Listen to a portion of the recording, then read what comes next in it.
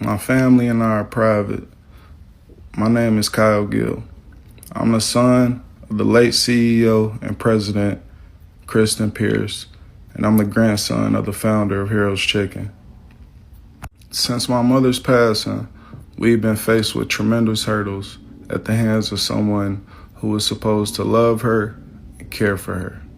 Since my mother's passing, we've taken over all her responsibilities happily, without having little to no access to the very business that my grandfather started and the very business that I've been working for my whole life.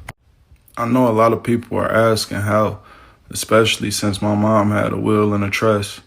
Well, he had his attorney, former disgraced mayor of Chicago turned lawyer, come to the hospital. He said it was for better care and better treatment. Months later, we found out that was a lie. Now, that was December 20th.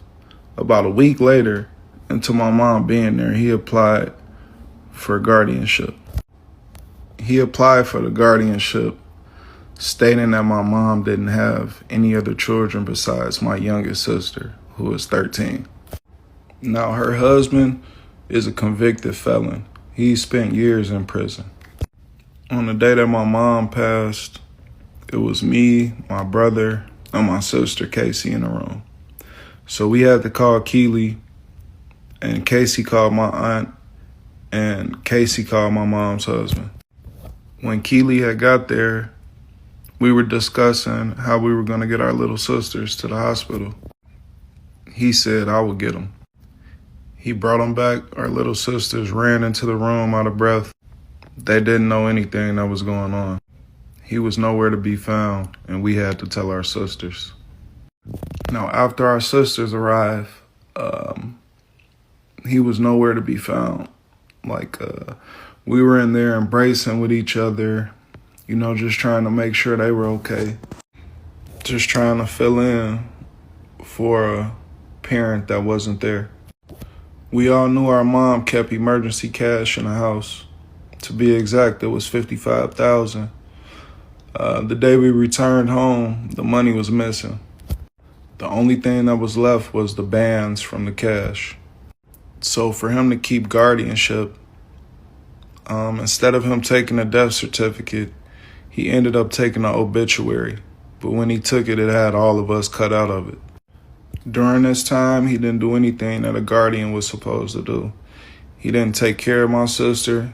He didn't feed my sister. He didn't even make sure my sister was in school. So my sister was out of school for truancy, but my father stepped in and helped us, and he paid the bill. He neglected any dealings with the family property and hadn't stayed there since January.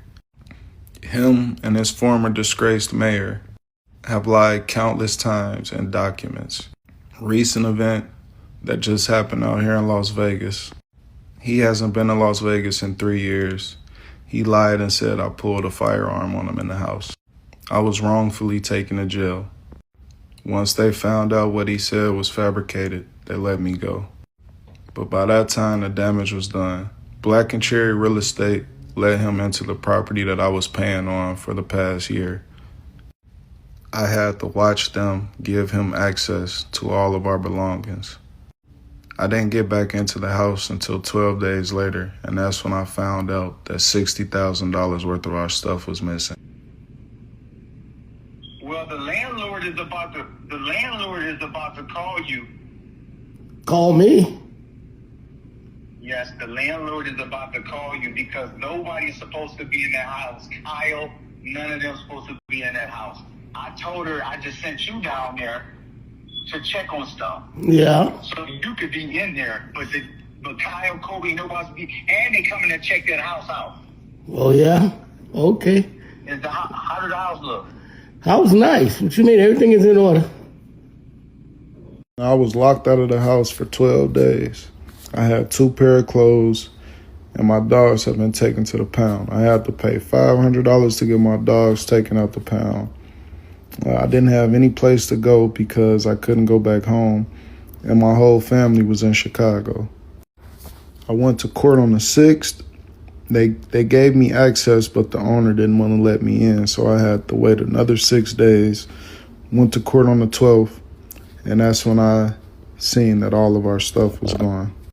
He got my mom's cars towed. There were sentimental things in the house that my mother kept from my grandmother to give to the girls. Those things were missing.